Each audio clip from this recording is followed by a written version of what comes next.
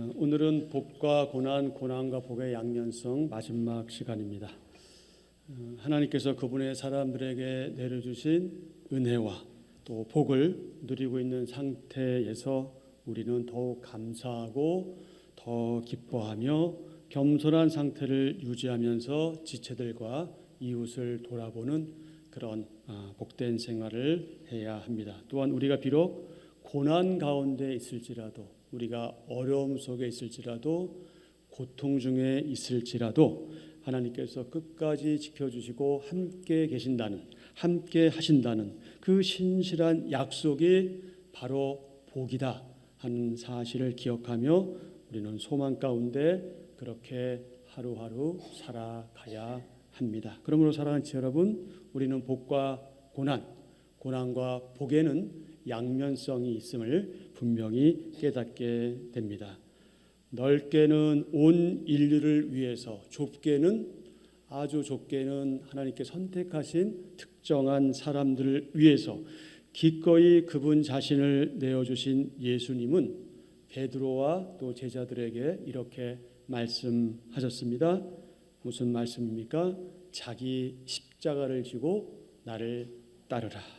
마가복음 8장 34절과 마태복음 16장 24절입니다. 이 두 군데 말씀이 토시 하나 들리고 똑같이 번역되어 있기 때문에 한 군데 말씀만 읽고 넘어가겠습니다. 다 같이. 누구든지 나를 따라오거든 자기를 부인하고 자기 십자가를 지고 나를 따를 것이니라. 아멘. 여러분이 잘 아시는 것처럼 당시의 십자가는 그는 아주 극형이었죠. 극형. 정말 끔찍한 형벌이었습니다.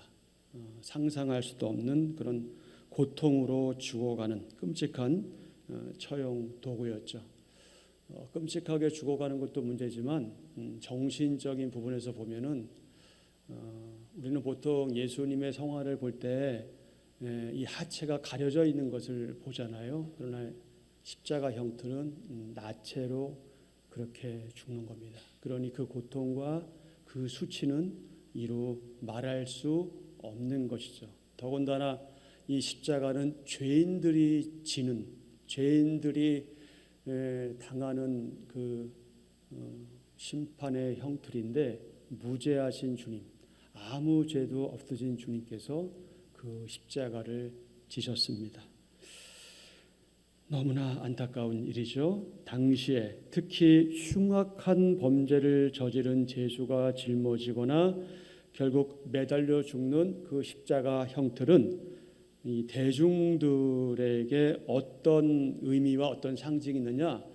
그것은 너무 수치스러운 일이고 너무 모욕스러운 일이며, 그리고 온갖 비난을 받았고요. 그리고 욕설을 받았고, 그리고 저주의 상징으로 그렇게 여겨졌습니다. 그래서 이 십자가란 말은 일종의 금기였던 거죠. 십자가에 대해서 잘 말하지 않았고 말하고 싶어 하지도 않았습니다. 그런데 예수님께서는 제자들에게 뭐라고 말씀하셔요? 십자가를 강조하시면서 그분의 제자가 되어서 당신을 따르는 그분의 사람들은 그 따름에 있어서 치러야 할 가혹한 대가가 있을 것이다 하는 사실을 일러 주었습니다. 그래서 주님께서는 당시의 사람들이 두려워하고 증오하는 십자가라는 이 자극적인 이미지를 활용하셨던 거죠. 그렇다면 여러분, 자기 십자가를 진다 하는 말의 의미는 무엇일까요? 그건 신자들, 또 성도들, 또 우리 교회가 우리 각자의 자신의 삶에서 자신을 부인하는 걸 의미합니다. 나의 존재 자체를 부정하는 거죠. 나는 아무것도 아닙니다. 주님 앞에서 그렇게 자신을 부인하고 또 부인하는 것을 말하죠. 그럼 자신을 부인하는 것은 무엇을 말합니까? 어디까지 갑니까? 그것은 목숨을 내어 놓는 것까지 가는 겁니다. 그러니 주님의 이 말씀은 결코 즐거운 말씀이 아니죠. 그건 너무 힘에게 없고 너무 벅차고 정말 내가 주님의 뒤를 따라가야 하나 회의감이 들 정도로 너무 어려운 그런 주문을 주님께서 하시고 계신 거죠. 아니 목숨 자체에 대한 내 권리를 포기하라. 죽으라는 얘기 아닙니까?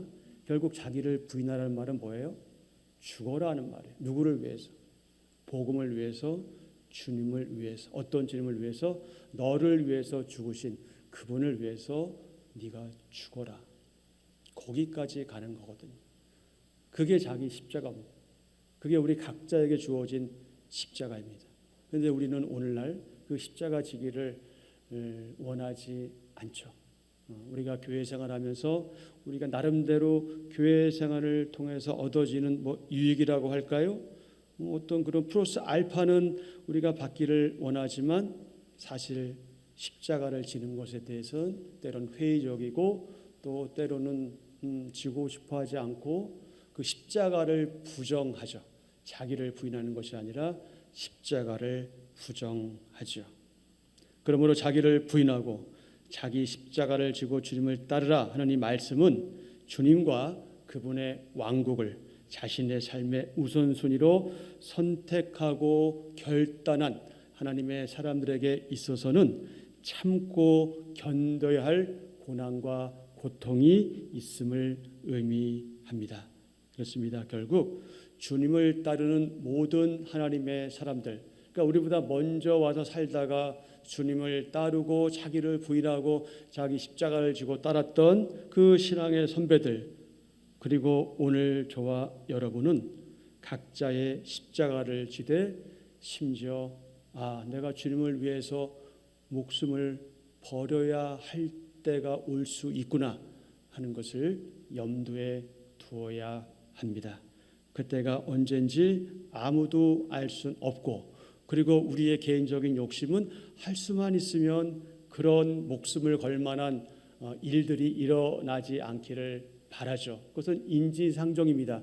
그래서 하나님께 여러분 기도하시되 주님, 우리가 목숨을 걸 만큼 어려운 상황에는 놓이지 않게 하옵소서, 이렇게 기도할 수 있겠지요. 그만큼 우리가 스스로 목숨을 내놓는다는 것은 쉬운 일이 아니기 때문에 그렇습니다. 그런데 여러분, 우리가 사실 면밀하게 살펴보면 이게 우리의 목숨인가요? 이게 우리의 목숨이 아니잖아요. 우리가 원해서 태어난 게 아니잖아요. 그냥 생명을 주신 거예요. 그래서 태어나신 거죠. 그러니 우리의 목숨을 걷어가셔도 우리는 불평할 것도 불만할 것도 없어요. 오히려 우리는 감사해야 되죠. 무엇을 감사해요? 그래도 이만큼 살게 하셨으니까, 이만큼 누리다가 가게 하셨으니 그 얼마나 감사한 일입니까? 그 감사를 생각하면 우리가 그렇게 살아가면서 욕심 부릴 일이 없게 되겠죠. 욕심낼 일이 없어요. 그런데 왜 우리는 내 자아를 버리지 못하고 그렇게 욕심을 내서 하나님이 원하시지 않는 방법으로 나아가는지 모르겠습니다. 참 안타까운 일이죠. 그렇습니다. 결국 주님을 따르는 우리 하나님의 사람들은요, 우리에게 주어진 각자의 십자가를 지되 목숨을 내어 놓아야 할 때가 반드시 올 수도 있다는 사실을 항상 명심해야 합니다. 이것은 곧 종말신앙과 재림신앙과 연결됩니다. 그러므로 우리는 날마다 주님을 위해서 순교할 각오를 가지고 그렇게 하루하루 살아야 합니다. 순교자의 삶은 다른 말로 말해서 복음의 증인으로 살아가는 삶을 의미합니다. 그렇습니다. 이런 주님의 명령에 따라 하나님의 사람들과 제자들은 물론 말할 것도 없이 모든 성도들이, 우리보다 먼저 살아갔던 신앙의 선배들이, 그리고 오늘 우리 가운데 많은 하나님의 사람들이 기꺼이 고난을 감내하며 그렇게 하나님 앞에서 살아갑니다. 물론 예수님을 바르게 믿기 때문에 우리가 필연적으로 반드시 받게 되는 고난과 고통, 그것은 사실 믿음이 아직 어리고 연약한 지체들에게는 이게 받아들이기 쉬운 일이 아니겠죠. 당연하겠죠. 그리고 이해하기도 참 힘든 일이다. 하지만 믿음이 성장한 상태에서의 저와 여러분, 우리는 고난을 통해서, 이 고난을 통해서 우리가 더 성숙하게 되는 게 오히려 우리가 구체적인 천국을, 하나님 나라를 향해 가는 과정임을 알고 또 믿게 됩니다. 이런 점에서 예수 믿으면 만사가 형통한다, 범사에 잘 된다, 이게 복이다, 영혼과 몸과 마음의 갈등도 없고 질병도 없고 고통이나 불편함이 없어야 한다, 그게 복이다, 이런 주장은요 세속적인 복의 개념을 슬그머니 가져와서 성경 구절에 교묘하게 덮어씌운 그런 무리한 적용 외에 아무것도 아닙니다. 세속의 기복 종교는요 할 수만 있으면 고난을 면하려고 합니다. 고난을 받지 않고 지상의 수많은 복을 받기 위해서 각종의 신들을 돈으로 달래죠. 여러분 흔히 아시는 것처럼 굿하는 게 하나의 예입니다. 여러분 제가 수요일 날도 말씀드린 기억이 나는데요. 사람이 무서운가요? 귀신이 무서운가요? 누가 무섭죠? 근데 솔직히 누가 무서워요? 솔직히 귀신이 무섭죠. 예, 솔직히 귀신이 무섭죠. 그런데 이 재밌는 게 뭐냐면 믿지 않은 사람 중에서 우환을 만났을 때 이제 구술하잖아요. 구술할 때 무당을 부르죠. 그 무당 그냥 콜하면 그냥 와서 내가 해줄게 이러지 않잖아요. 그 매개체로 뭐가 들어가는 거죠? 돈이 오고 가는 거예요. 돈이 오고 가지 않으면 무당은 결코 굿하지 않습니다. 그리고 그 무당은 무엇을 통해서 신을 달래죠? 무엇을 통해 달래요? 예, 각종 차려놓은 엄청난 그 음식들을 통해서 또는 그 앞에 갖다 바친 그 돈을 통해서 신을 달래는 거죠. 그러면 여러분 결과적으로 사람이 높습니까? 귀신이 높습니까? 사람이 높은 거죠. 그런데 사람보다 높은 존재가 있어요. 그게 뭐예요? 무형의 존재지만 돈이에요. 돈이라는 신. 돈 아무리 가져도 모자란 그 돈, 지긋지긋한 그 돈. 예? 정말 그 돈이 뭐길래 개도 안 먹는 그 돈. 예? 왜 우리는 그 돈 때문에 그러고 사는지 모르겠습니다. 무속인은 돈으로 신을 조종합니다. 하지만 하나님의 말씀의 객관적 계신 이 성경에서 강조하는 내용은 이것과는 전혀 다르죠. 그 요지가 무엇입니까? 그 요지는 빨간색. 자, 같이요. 우리의 삶에서 고난을 인정해야 진정으로 주님을 따를 수 있다. 아멘. 여러분 고난을 인정하셔야 돼요. 나한테 고난이 없기를 기도하지 마세요. 고난이 있을 때 그 고난을 달게 받을 수 있게 해달라고, 그 고난을 참을 수 있게 해달라고, 인내할 수 있게 해달라고 기도하십시오. 왜냐하면 고난은 필연적으로 오기 때문에 그래요. 고난은 오는 건데 왜 자꾸 막으려고 하세요? 오는 건 그냥 어떻게 하면 돼요? 받아들이면 되죠. 물론 생각처럼 쉽지는 않습니다. 누가 고난받고 싶겠어요? 하지만 고난받고 싶지 않아도 고난은 오는 걸 그걸 어떻게 하겠습니까? 그러면 이왕 고난 받을 바에 그냥 대면하고 받자고요. 직면해서 받자고 그냥 받아들이는 거죠. 그래서 하나님께 맡기면서 받는 거죠. 우리의 삶에서 고난을 인정해야 진정으로 주님을 따를 수 있습니다. 이 말을 바꿔 말하면 어떤 말이에요? 우리의 삶에서 고난을 인정하지 않으면 우린 진정으로 주님 따를 수 없습니다. 그게 원리예요, 여러분. 그게 원리예요. 바울은요, 바른 믿음 생활에는 박해가 있을 것이다 이렇게 힘주어 강조했죠. 여러분 잘 아시는 디모데후서 3장 12절입니다. 무릇 그리스도 예수 안에서 경건하게 살고자 하는 자는 박해를 받으리라. 아멘. 경건하게 살고자 원하지 않으면 박해가 없어요. 사실 쉬워요. 여러분 경건하게 살지 않으면요, 신앙생활 제대로 하지 않으면 쉬워요. 어려움 없습니다. 그냥 세상처럼 사람처럼 그렇게 살아가면 돼요. 조심할 것도 없어요. 그냥 살고 싶은 대로 살아가면 돼요. 주일날은 여기 나와서 믿는 사람처럼 행사하고 나가서는 온갖 나쁜 짓 해도 별 관계가 없어요. 그러나 하나님 앞에서 하나님을 바르게 믿는 하나님의 사람으로 경건하게 살고자 하는 사람, 그 사람은 반드시 어려움이 따릅니다. 박해를 받게 돼 있어요. 하다못해 이런 평가까지 받을 수 있어요. 나의 의사와 관계없이 아유 저 예수 믿는 사람이 왜 저래? 이런 평가도 받을 수 있어요. 그것도 일종의 박해거든요.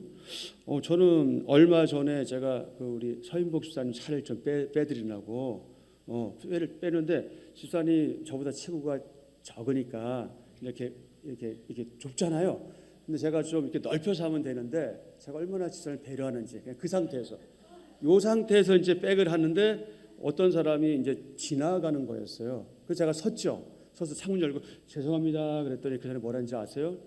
야, 교회 앞이잖아요. 예수 믿는 사람이 왜 그래?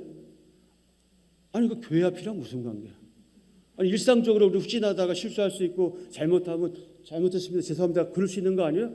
근데 왜 교회 앞에서 그러냐는 거예요. 그럼 뭐라고 제가 대답해? 무조건 잘못했습니다 죄송합니다 그러고 말았는데 이게 안 믿는 사람들 중에 어떤 특별한 사람들의 관점인가? 이렇게 교회 믿는 게 아니라 교회를 싫어하나? 하나님을 싫어하나? 이런 생각을 하게 됐거든요. 근데 저는 이것도 일종의 저는 아주 작은 내용이지만 그것도 박해일 수 있다고 그렇게 생각을 합니다. 그렇게 아주 작은 박해부터 심지어 큰 박해에 이르기까지 우리가 오지에 나가거나 외국에 나가거나 선교지에 나가면 그런 소식들을 많이 듣잖아요. 예수님 믿는 것 때문에 잘 믿는 것 때문에 박해를 받는다는 사실을 알고 있잖아요. 바울은 디모데에게 이렇게 강조했던 거죠. 네가 예수님 안에서 경건하게 하나님 믿는 사람답게 바르게 살아가려고 하면 박해가 따를 거야. 그리고 어떻게 하라는 거예요? 준비하라는 거예요. 각오하라는 거예요. 단단히 네가 마음을 다잡아라. 그 주문을 하는 거죠. 하지만 여러분 우리는 결코 두려워할 필요가 없습니다. 왜냐하면 우리는 기뻐하는 사람들이기 때문에. 이게 세상 사람들의 논리에 맞지 않아요. 아니 박해를 받는데 어떻게 기뻐할 수가 있어요? 말도 안 되잖아요. 그러나 우리는 기뻐하고 즐거워하라는 명령을 받았어요. 박해는 우리가 제대로 된 하나님의 사람이라는 그 정체성을 확인시켜주고 그리고 강화시켜주는 일종의 수단이기 때문에 그렇습니다. 여러분 잘 아시는 마태복음 5장 10절 12절 먼저 보겠습니다. 의를 위하여 박해를 받은 자는 복이 있나니 천국이 그들의 것임이라. 나로 말미암아 너희를 욕하고 박해하고 거짓으로 너희를 거슬러 모든 악한 말을 할 때는 너희에게 복이 있나니 어떻게 하라고요? 기뻐하고 즐거워하라. 하늘에서 너희의 상이 큼이라. 너희 전에 있던 선지자들도 이같이 박해하였느니라. 아멘. 아멘. 저와 여러분이 믿는 예수님께서 직접 하신 말씀이죠. 그 말씀을 교훈 삼아서 본받아서 베드로는 이렇게 강조합니다. 베드로전서 4장 12절 13절 사랑하는 자들아 너희를 연단하려고 오는 불시험을 이상한 일 당하는 것 같이 이상히 여기지 말고 오히려 너희가 그리스도의 고난에 참여하는 것으로 즐거워하라. 이는 그의 영광을 나타내실 때에 너희로 즐거워하고 기뻐하게 하려 함이라. 아멘. 아멘. 실제적으로 베드로전서, 베드로후서를 받는 그 서신을 받는 또 받은 그 당시 성도들은 어려움 중에 있었거든요. 고난 중에 있었거든요. 박해 가운데 있었거든요. 지금 그런 현실에 놓여 있는 그 지체들에게 바울은 이런 메시지를 전하고 있는 겁니다. 그런데 자신에게 지어주신 이 십자가를 거부하면서 혹 내가 구원받기 위해서 혹 내가 헌금을 많이 하면 복받기 위해서 그리고 내가 무엇을 교회에서 열심히 하고 임의로 어떤 소원하는 특정한 복을 받기 위해서 주여 주여 믿습니다. 주여 믿습니다. 주시옵소서 아무리 목청을 높여 부르짖어도 그는 성경이 가르치는 믿음이 아니다. 여러분은 성경이 가르치는 믿음이 아니에요. 여러분 믿음의 태도는 목소리에 있지 않습니다. 목소리에 있지 않아요. 그것은 능력에 있어요. 하나님의 사람으로서 하나님의 사람답게 살아가는 그 능력에 있습니다. 그래서 혹시 여러분 가운데 기도할 때 큰 소리를 기도하지 못한다고 여러분 기죽을 필요 없어요. 그냥 그렇게 하시면 돼요. 왜? 기도는 누가 들으시는 거니까? 하나님께서 들으시는 거니까. 우리가 하나님께 기도하는 거지 사람에게 하는 게 아니고 사람 들으라고 하는 게 아니잖아요. 하나님께 기도할 때 큰 소리로 하든 작은 소리로 하든 묵상으로 하든 관계 없습니다. 관계 없어요. 왜? 우리의 기도를 들으시는 분은 하나님 그분이시기 때문에. 그런데 우리는 자칫 나도 모르게 자꾸 사람을 의식하게 되지요. 그래서 내가 이렇게 기도하면 저 사람이 나를 바라볼 때 기도 열심히 하는구나, 믿음 좋다, 이렇게 생각할지 모르지만 여러분 그렇지 않습니다. 십자가를 거부한 상태에서 아무리 내가 믿습니다, 주여 믿습니다, 이거 주시고 저거 주시옵소서, 소용없단 말이죠. 그건 제 소리가 아니죠. 그건 성경의 원리입니다. 성경의 원리를 모르고 하는 기도는 땅에 떨어지고 말죠. 그리고 그 기도가 혹시 응답될지라도 그것은 자기를 힘들게 하는 그런 응답이 될 수밖에 없습니다. 여러분, 그런 강구는요, 하등 종교인들이 하는 유치한 행동이에요. 그건 믿음의 조상들이 지향했던 그런 태도도 아닙니다. 그런 믿음도 아닙니다. 더욱이 하나님께서는 우리가 헌금을 많이 하기 때문에, 내가 헌금을 많이 하기 때문에, 그리고 교회에서 이것도 저것도 열심히 하기 때문에 우리에게 주어진 십자가를 그래 네가 그렇게 하니 내가 거두어가며, 하나님께서는 그렇게 하지 않으신다. 그렇게 하지 않습니다. 무슨 말이냐? 하나님께서 여러분 교회 가운데, 우리 지체들 가운데 특별히 봐주는 사람 없습니다. 누구는 더 잘 봐주고 누구는 봐주지 않고 그런 사람 없습니다. 그런 사람 없습니다. 특정인을 더 사랑하시고 그렇지 않은 사람을 덜 사랑하시는 편협적인 하나님이 아니시기 때문에 그렇습니다. 모든 그리스도인들은 예외 없이 누구나 할 것 없이 각자의 십자가를 져야 합니다. 그런데 저 같은 목회자들에게는 그 십자가가 더 클 수 있습니다. 그 양이 더 많을 수가 있습니다. 각자에게 주어진 십자가를 지고 가면 되는 거죠.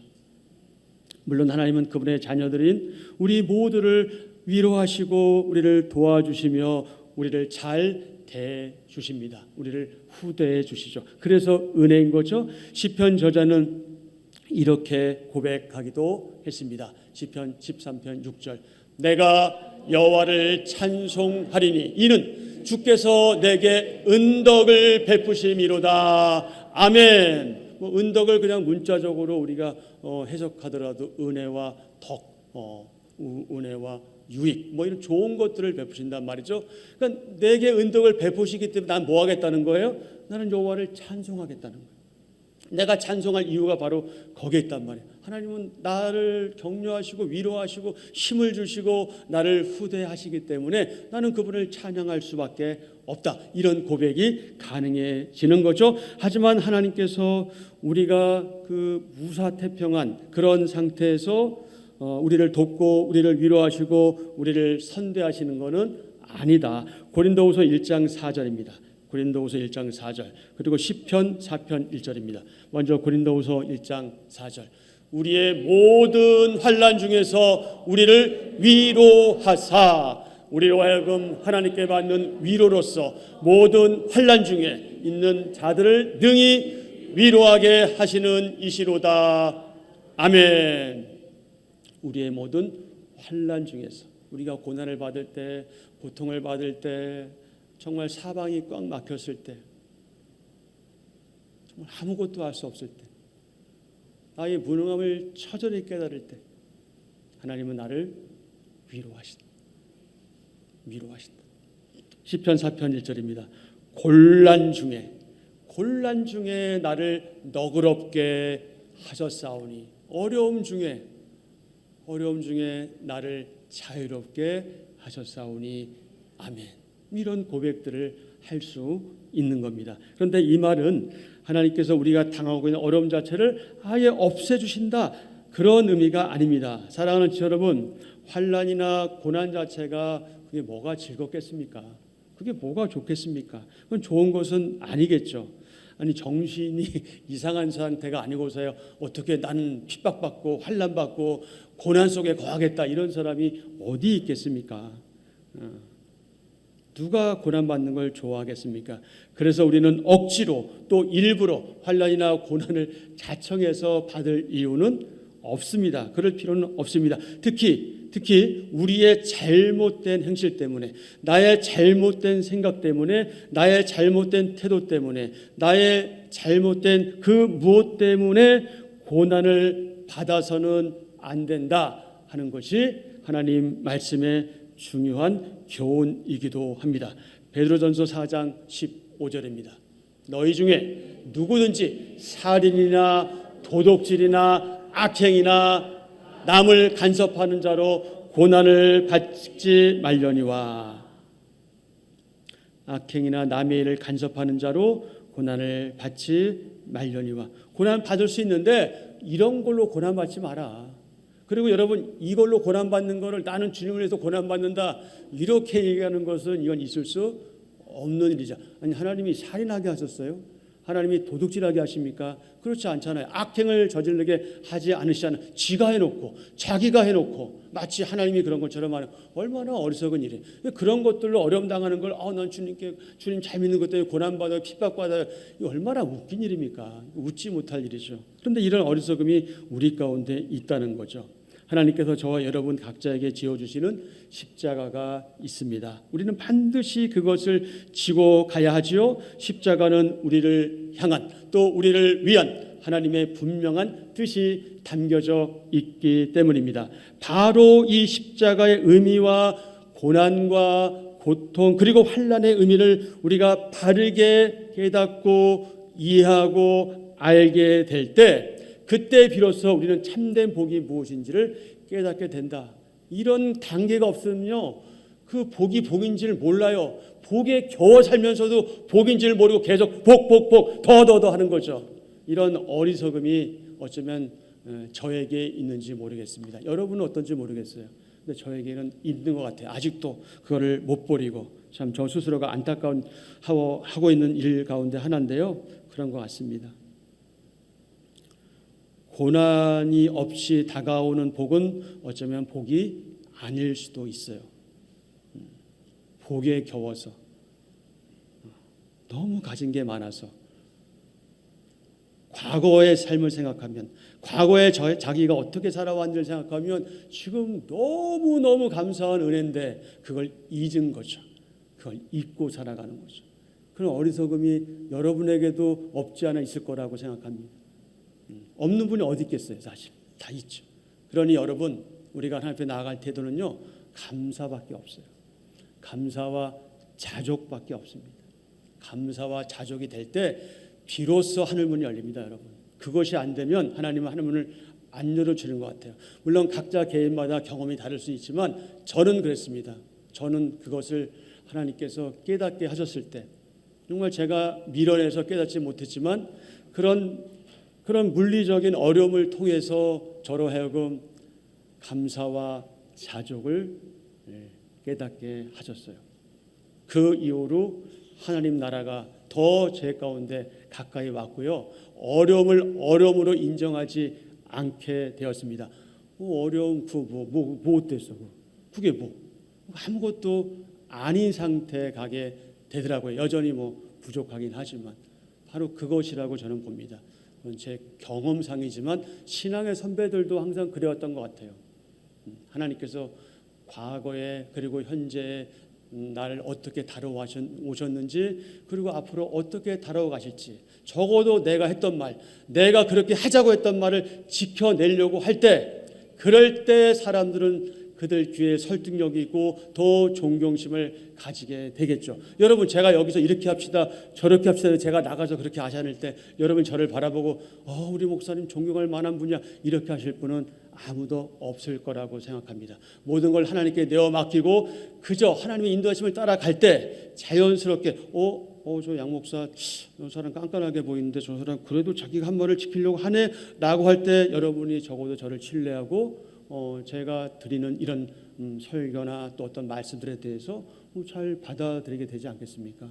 근데 이것이 중요합니다. 그러나 우리의 연약함은 잘 그러지 못할 때가 많이 있어서 안타까운 거죠. 십자가는 저와 여러분, 우리를 향한 하나님의 분명한 뜻이 담겨져 있습니다. 바로 이 십자가의 의미, 고난, 고통, 환난의 의미를 바르게 깨닫게 될 때 어떻게 된다고요? 그때 비로소 우리는 복의 참된 의미를 바르게 파악하게 된다. 그리고 지금 나에게 주신 이 복이, 이 은혜가 얼마나 대단한 건지, 얼마나 큰지 비로소 알게 되고 깨닫게 돼서 감사와 자족의 단계에 이르게 된다. 오직 복받기만 바라고 종교의 기복 사상에 마음이 흔들리거나 고민하고 갈등하거나 미혹되지도 않습니다. 웬만해서는 흔들리지 않는 거죠. 여러분 가운데 혹 지금 이 시대가 어려워서 좀 더 기분 좋은 말을 좀 해주지, 그야말로 복 받는 말만 해도 시간이 아까운데 그렇게 고난 얘기하고 고통 얘기하면 그게 우리에게 위로가 될까요? 라고 생각하는 분이 있을 수도 있습니다. 뭐 그런 질문도 가능하겠죠. 하지만 사랑하는 지체 여러분, 여러분의 마음 상태, 여러분의 기분, 여러분의 감정, 여러분이 처해 있는 환경과 관계없이 이 사실 한 가지를 기억하십시오. 그것이 무엇입니까? 성경적인 복은 고난과 매우 밀접하게 밀착된 개념이라는 겁니다. 베드로는 우리가 예수님 때문에 또 주님 때문에 고난이나 치욕을 당하면 그것이 오히려 복이 된다, 이렇게 강조합니다. 베드로전서 3장 14절과 4장 14절입니다. 같이요.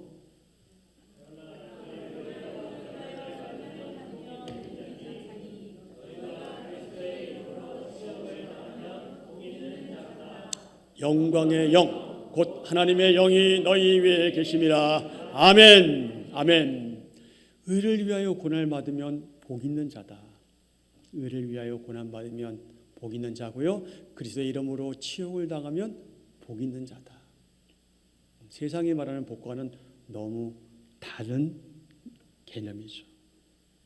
그렇습니다. 복에는 고난이 포함되어 있고 고난에는 복이 포함되어 있습니다. 시편 기자는 이렇게 고백했습니다. 시편 34편 19절입니다.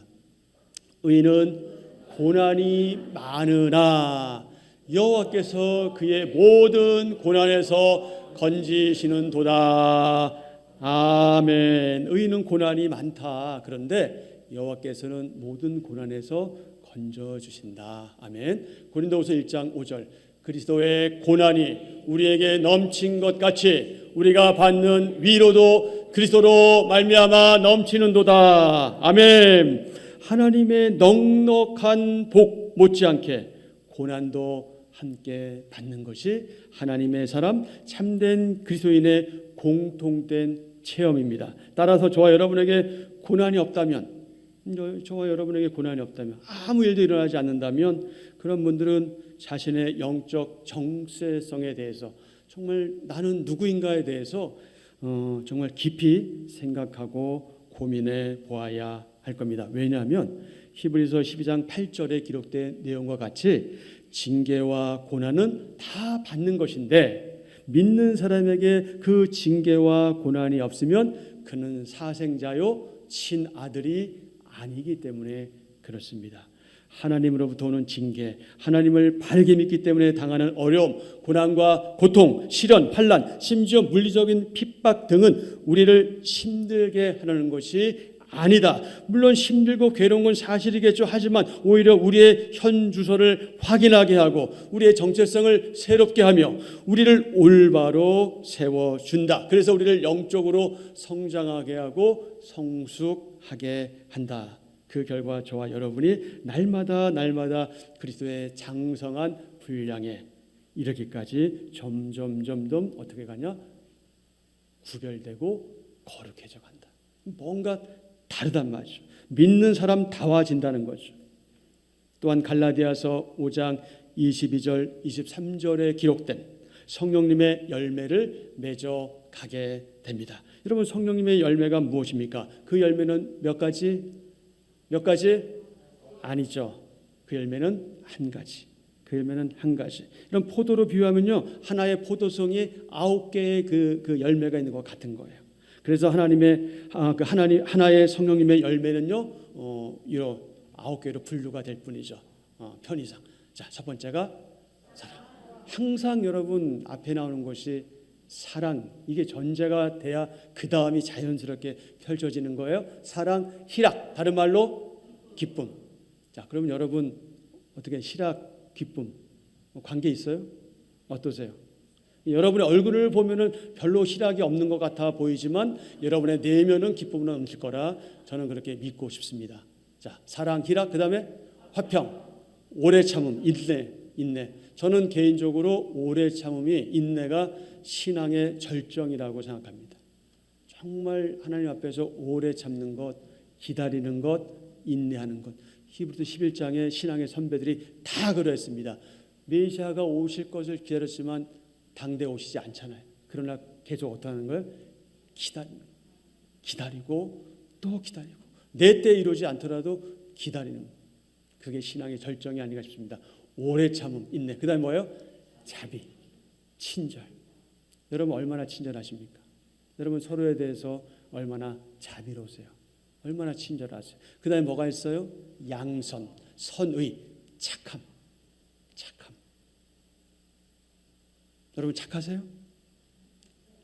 전 착한가요? 그 다음에 뭐 했어요? 충성, 진실. 우리는 얼마나 진실합니까? 우리는 얼마나 충성스럽습니까? 그 다음에 뭐가 있어요? 온유. 그 다음에 절제. 사랑, 희락, 화평, 오래 참음, 자비, 양선, 충성, 온유, 절제. 이것이 성령님의 열매. 이 복된 열매를 맺으며 생활하는 것, 그것을 신학적인 용어로 성화라고 합니다. 성화. 우리가 이렇게 점점 더 성숙해져가고 성화되어가는 삶, 이런 삶이 우리 가운데 있으면 이것은 무엇을 증거하는 것이냐? 우리가 이미 복받은 사람들이다 하는 것을 증거하는 겁니다. 만약에 우리 가운데 이런 것들이 없거나 결여되어 있다면 그렇다고 복받지 않는 거라고 말할 수는 없겠지만 좀 사실 엄밀한 의미에서는 좀 떨어져 있다고 그렇게 볼 수도 있겠죠. 에베소서 4장 13절부터 16절입니다. 우리가 다 하나님의 아들을 믿는 것과 아는 일에 하나가 되어 온전한 사람을 이루어 그리스도의 장성한 분량이 충만한 데까지 이르리니 이는 우리가 이제부터 어린 아이가 되지 아니하여 사람의 속임수와 간사한 유혹에 빠져 온갖 교훈의 풍조에 밀려 요동하지 않게 하려 함이라. 아멘. 우리가 어린 나이 때는 아는 것도 없고 경험도 없으니까 이 말하면 저 말하면 다 따라갈 수 있죠. 그러나 우리가 성숙하면 잘 따라가지 않습니다. 따라가지 않죠. 여러분, 우리가 연약하고 부족한 것은 주님 오실 때까지 어쩔 수 없는 한계 상황이지만 그렇다고 언제까지 우리가 어린아이 같은 상태에 머물러 있어야 하겠습니까? 나이는 벌써 90에 가까우시잖아요. 80에 가깝죠. 70에 가깝죠. 60에 가깝죠. 50에 가깝죠. 언제까지 우리가 어린아이 상태를 유지하며 그렇게 살아야 하겠습니까? 각각 우리가 신앙생활한 연수만큼, 그리고 내가 직분을 맡았다면 그 직분에 합당하게 그렇게 성장해 가야 하겠죠. 그렇게 성숙해져 가야 하겠죠. 그리고 이 거룩해져가는 이 성화의 삶은 종종 무엇을 통해 주어지기도 한다? 고난을 통해 주어지기도 한다. 그러므로 사랑하는 지체 여러분, 잊지 마십시오. 기억하십시오. 무엇을 말입니까? 복과 고난, 고난과 복은 마치 동전의 양면과 같다. 지폐의 양면과 같다. 자전거의 앞바퀴와 뒷바퀴와 같다. 이것이 복과 고난, 고난과 복의 양면성입니다. 아멘.